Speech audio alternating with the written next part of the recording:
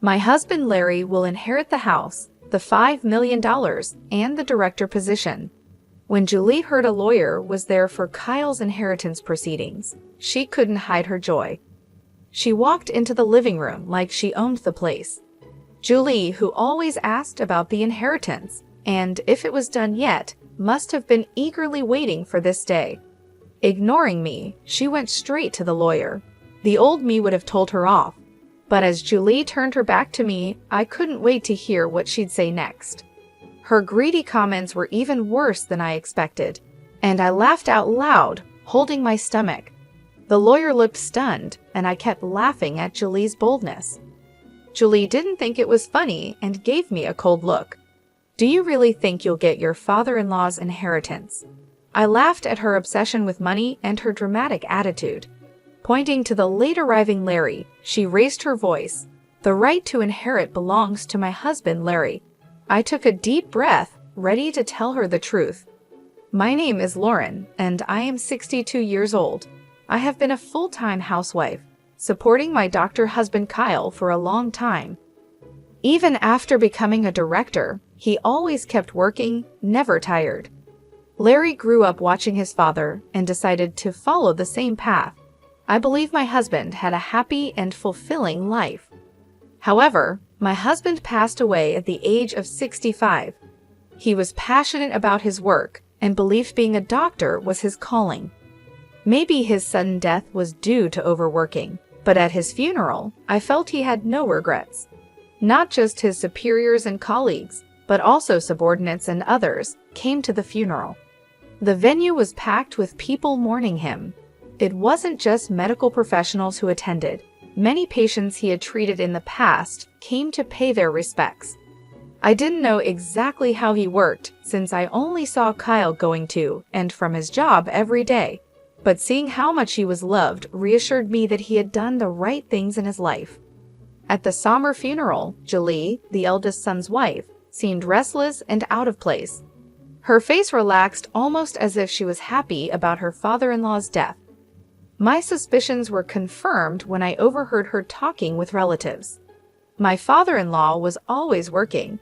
I think he might have saved quite a lot since he probably didn't have much time to spend money, she said. Hearing such a statement right behind me, I couldn't believe my ears. Despite being in the middle of a funeral, Julie seemed more concerned about how her father-in-law's inheritance would be divided. Perhaps she didn't know that a daughter-in-law might not have any inheritance rights. Even so, her behavior wasn't appropriate for the funeral. Seeing her actions, Larry, the eldest son, apologized to me with a guilty look. "Mom, I'm truly sorry. No matter how many times I tell her, Julie doesn't listen." "It's not your fault, Larry. But if you feel that way, can you please firmly warn her? Many people are attending this event." I knew about Julie's behavior even before Larry mentioned it. Remembering her inexcusable attitude, I recalled how she didn't help at all while I was busy with my husband's funeral preparations. She didn't offer me any words of comfort or sympathy. To make matters worse, she was always talking about the money, asking things like, "Your husband had quite an inheritance, right? How much was it? Even if you're his wife, it's his inheritance, so don't waste it, okay? Did you come here just to say that? Is that all you have to say?" "Well, yeah, if you squander it just because you don't have long to live, I'll be in trouble." Anger and disbelief flooded over me as Julie spoke as if my late husband's assets belonged to her. Moreover, she always looked down on me and was sarcastic. I don't know why she dislikes me so much, but her comments about other people's assets have often left me disheartened. My son Larry was inspired by his father and became a doctor. Larry's earnings are not bad, but Julie has always been overly obsessed with money. She'd often call me saying things like, "I'm worried about our future with Larry's low income," or "We're short on money," hinting that she wanted financial help. Because of this, getting along with her was very challenging. I used to let things slide, but now she's targeting my husband's inheritance, and I've reached my limit. Larry's income is really unstable, so we don't have much money to spend freely. We can't afford luxuries. Oh really? Why don't you work then? That would help with the household expenses, and you could afford some luxuries. What? It's ridiculous for a doctor's wife to work. You're lucky since your husband earned well, and you could live comfortably. No matter how many times I tried to advise her, her attitude only worsened, and our arguments became more heated. She wouldn't even hesitate to belittle her own husband, Larry, just to look down on me. From her perspective, I'm her mother-in-law, but once married, we're family. I couldn't stand the way she treated family members with such disrespect. Thanks to my husband, I've been able to live comfortably. If she wanted the same, maybe she should respect and support her husband a bit more. If there was something about Larry to respect, then maybe. Anyway, I'm off to get my nails done and have a spa day. Don't forget about the inheritance, okay? Bye now. She just blurted out whatever she wanted and promptly left the house. Given her stormy behavior, I began to wonder how Larry was treated at home. But her self-centered actions didn't end there. During the inheritance proceedings, she continued her bad behavior, which became increasingly intolerable. Even after the funeral was over, every time she visited, she'd greet me with, "How's the inheritance coming along?" It felt like a standard greeting. Despite explaining several times that the process takes time, she either forgets or doesn't understand and constantly pressures me whenever she sees me. I've told her multiple times that she has no rights to the inheritance, but she just doesn't seem to get it. Whether she believes Larry's money is hers or has some other scheme in mind, she seems convinced she'll inherit a fortune. After discussing with Larry, or rather manipulating the conversation to her advantage, she probably intends to get a share of the inheritance. If that was all, it would be a family matter for Larry to handle. But her actions affect everyone involved, making the situation much more complicated and stressful. I shouldn't interfere, but Julie tried to steal valuable things from our house. Julie, what are you doing? That's my necklace. Oh, come on, don't be so stingy. We're family, so it's okay, right? I can't be friends with someone who would steal from me. Fine then, I'll take it as an advance on the inheritance. That's okay, right? I am being patient here. No matter how many times I told her not to act like that, she wouldn't listen to me. From the moment she took my cherished necklace, a gift for my husband, I couldn't stand it. After that, I never opened the door for her again. Even though Larry frequently messaged saying, "Mom, I'm truly sorry for Julie," he couldn't stop her. I gave up expecting anything from Larry or Julie. I didn't even have time to grieve the loss of the necklace as her harassment continued. She badmouthed me to her friends and others, calling me the worst mother-in-law who won't even let her in the house. The neighbors would say, "It looks tough," with a smile, but they showed concern. I don't understand why she hates me so much. It gives me a headache. What hurt the most was a letter I found in our mailbox. I felt disgusted just by seeing the already opened envelope. When I checked its contents, it was addressed to Larry and his wife. Whether it's Julie's idea of harassment because I won't let her in, her credit card bill was in our mailbox. Seeing the statement filled with extravagant expenses from luxury restaurants and online shopping made my blood run cold. "Larry, there's a credit card bill for Julie in our mailbox. It was already opened and checked. What's the meaning of this?" "Huh? I have no idea. It seems like she has spent a lot. She always talks about her income to me. Is everything okay?" "Well, it's actually tough. Mom, I'm sorry to ask, but could you pay it for us?" Wanting to complain, I contacted Larry. However, whether under Julie's influence or due to the power dynamics in his household, he said something unbelievable, leaving me speechless. I wondered why I needed to help them. Why would he even think I'd assist them? He can't even retrieve the cherished necklace from his wife. What is he even saying? I also harshly criticized his behavior, which seemed to only remember things convenient for him. I've already done my part in supporting you as a parent. Why would an adult like you burden their parent and ask for help? Well, we have Dad's inheritance, right? You won't be able to use it all by yourself. Please, I thought you'd help. There's a saying about a thief acting brazenly after committing theft, and now I get it. Larry, you and Julie are really a match made in heaven. I'm cutting ties. Stay away from me. I could tell from the other end of the phone that he wasn't taking what I was saying seriously. I was so furious with his attitude. After hanging up, I immediately threw the bill into the trash. The idea that Julie might have deliberately put it in our mailbox, assuming I'd pay, was unbelievable. Most of all, it was an inconceivable act and made me question her as a person. Do you think I haven't thought about it? Is there really a way to get the inheritance? Kyle, what should I do? I asked my husband's photo, picking it up unconsciously. From my anger and disappointment towards Larry and Julie, I've lost understanding of how to handle my emotions. Is it really okay to proceed with the inheritance as it is? Amidst my insecurities, I somehow gathered courage. I hope someday they get what they deserve. Frustrated by their appalling behavior, I dealt with the inheritance proceedings alone. Perhaps my feelings got through, as I found out my husband had left a will, and in it, something was written. After reading the will my husband left behind, I resolved to protect myself and get back at them. Phew, I'm glad it seems Kyle was on my side after all. Thank you, I whispered, holding back tears and pressing the will to my chest. I regained my composure. I clenched my fist, deciding I wouldn't just do nothing and let those two dictate things. I decided to wait for the right moment to make a big move against them.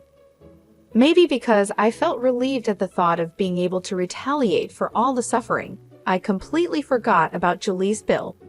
I would have thrown it away from the start, not intending to pay, but she must have received a reminder. This time, I received a message from her, even though I had told her the inheritance proceedings were not yet completed. There were false accusations that I wanted to control everything. Her words seemed to attack me. It's because you haven't settled the inheritance yet. I'll wait a little longer, but please do it as soon as possible. Oh, by the way, you saw the bill I left in the mailbox, right? Please make that payment. What are you talking about? Stop joking. Why do you think you're entitled to the inheritance? Oh, come on, Larry is the eldest son, right? It's only natural for him to get an inheritance, isn't it? Do they think I know nothing? Julie scoffed and said with a smirk, Larry has a right to inherit because he's the eldest son. In general, this is not incorrect. Even after Julie said all this, I still haven't told them the important thing. Even if I don't tell them, it's their own problem, and they should naturally know about it. But for them, who only think conveniently, it might be hard to realize. I'm waiting for the perfect moment when they fall apart, watching for the right timing. And finally, that time came. It was when I had explained the situation to the lawyer, and after the proceedings were finished with his cooperation, I finalized the plan.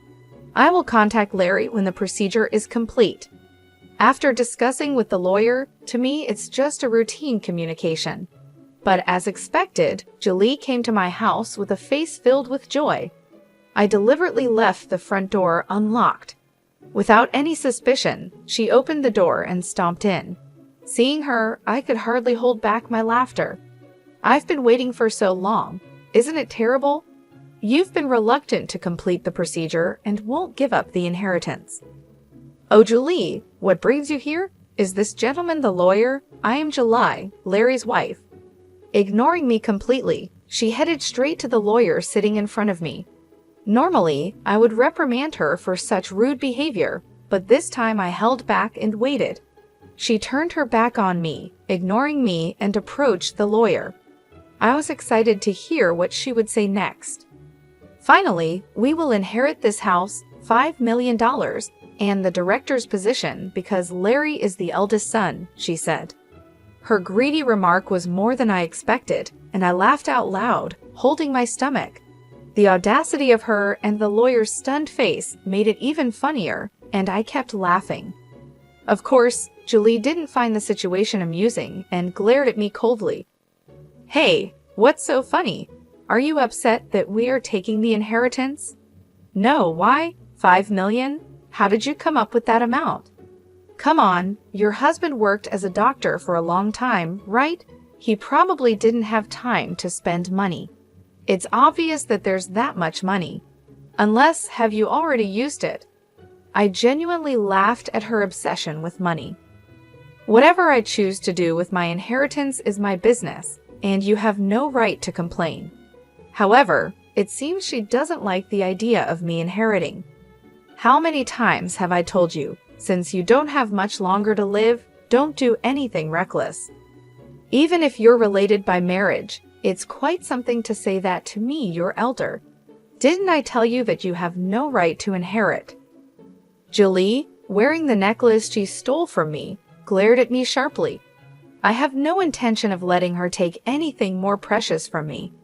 I made up my mind not to lose to her, who is self-centered, greedy, and obsessed with money. I clenched my fist. Pointing to the late-arriving Larry, Julie exclaimed loudly, "The right to inherit belongs to my husband, Larry." Taking a deep breath, I decided to tell them the truth. You see, there shouldn't be any inheritance for you two to claim. Larry, isn't that right? Huh? Why, Mom? What do you mean? Oh, don't you have any idea? Aren't you forgetting something? Wait, are you talking about that issue? It was resolved a long time ago, wasn't it? Duh, what are you even talking about? Truly disappointing. What have you made amends for? What's resolved? Don't talk nonsense. Wait a minute, what are you talking about? I was taken aback by her demeanor, as if she had completely forgotten or knew nothing about the issue, even though it was a situation she caused. It seemed she couldn't remember it. I decided to explain the situation in detail for them to understand. Larry had married Julie a few years back. However, before that, he was already married to another woman and had a child with her. Despite having a family, he neglected them to have an affair with Julie. After their affair, Larry and Julie got married. The truth came out when Larry came begging Kyle, unable to pay alimony and child support on his own. Larry, what were you thinking? I never thought you would stoop this low. I had no other choice if I wanted to marry Julie. What are you saying? You're the one who committed the wrongdoing. Even if you are my son, don't expect me to pay for your mistakes. Larry, take responsibility and sort it out. Why? You can help me a bit. As a doctor, you are constantly working and don't have time to spend money, so you must have some to spare, right? Larry's audacious remark pushed my husband's anger to its peak. When Larry started making excuses about being overwhelmed with newlywed life and needing money for their wedding, my husband decided to cast aside his feelings as a parent and choose his grandchild instead. Fine, I'll pay on your behalf. There's no need for my grandchild to suffer because of a terrible father like you. Dad, don't say it in such a sarcastic way. I'm your son, you know. Exactly, that's the point. And in exchange, I won't support you in any way from now on. And of course, don't expect to inherit a single thing from me. Larry probably thought that my husband's words were just declarations made in the heat of the moment. But my husband believed that someone who abandons their family doesn't deserve to be celebrated. He neither attended the wedding nor offered any support. Dad, just let it go. In the future, you'll rely on us for care, right? We are family, so try to compromise a bit. No way. Why would I bother with someone like you? Knowing that his father had money, Larry had previously mentioned the need for future care and requested support. However, my husband didn't listen to Larry's words, and as he declared, he made sure it was written in his will. It clearly stated that everything should go to his wife and grandchild. My husband, with his strict personality, had meticulously written and prepared the will to ensure that not even a small amount of money would go to Larry and his wife. This fact became known when my husband's lawyer showed the will during the funeral proceedings. He said he had received the will from my husband in advance. Remembering the anger at that time brings up emotions, but I deeply thanked my husband for his foresight and protection. My husband left a will stating that even though Larry is his son, he does not have the right to inherit his father's estate. When the lawyer read the contents of the will, Larry and Julie were shocked. I decided to add insult to injury. "Oh, by the way, Julie, you took things from our house, right? You said it was like an advance on the inheritance. But you heard the will the lawyer read, right? You have no rights, so give it back. It was a gift from my husband to me." I pointed to the necklace she was wearing. She threw the necklace at me with a visibly angry attitude, clicking her tongue and glaring at me. Probably because the lawyer was present, she couldn't say anything reckless. "I didn't hear about this. I thought I'd finally get my father-in-law's inheritance. I came all the way here today. What's going on?" "Really? When you announced your marriage, you said being pursued meant you were more attractive, so it was inevitable, right? You knew what you were getting into when you got with him while he already had a family." I remembered how furious I was at her attitude back then. I used to think Larry was deceived by such a terrible woman, but now I realize they are a perfectly matched couple. I will definitely inherit. Oh, there is the hospital. It would be troublesome if the director was absent, right? This kind of succession is usually done by the son. Too bad, it's already been handed over to a competent subordinate. Huh? Why? Isn't it normal for the son to take over? Ha ha ha! To begin with, you're doing something that's not normal, right? It's your own doing. Realize that you're not the norm. She was desperate for the inheritance, whether it be the hospital or the house. In the end, she clung to the lawyer, asking, "Then what can I get?" But the lawyer my husband had contracted wouldn't easily tell her. He repeatedly explained the contents of the will, stating, "The two of you have no inheritance rights," and responded calmly, "This is unbelievable. I don't believe it. It must be a mistake." Really, no matter how much you fuss, nothing will change. Even if you sue, you'll just end up embarrassed. If you're okay with that, feel free to do so. Perhaps finding my cold treatment unbearable, she stormed out of the house with a face as red as a boiled octopus. I watched her leave with Larry. I held the necklace and quietly pumped my fist in triumph. After that, she never contacted me or visited the house again, and the inheritance procedures were completed smoothly. I was worried they would confront Larry's ex-wife, who has a grandchild, but Larry, who doesn't even pay child support, wouldn't know her contact details, so there were no issues. Larry and Julie, who didn't get any inheritance, seemed to be having a big quarrel.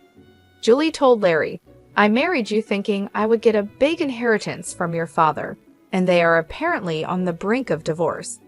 The saying, "end of money, end of love," fits them perfectly. I only received one contact from Larry, saying, "Give me the money or house you inherited," but I naturally ignored it. I exclaimed, "Don't talk nonsense while you're awake," and hung up the phone.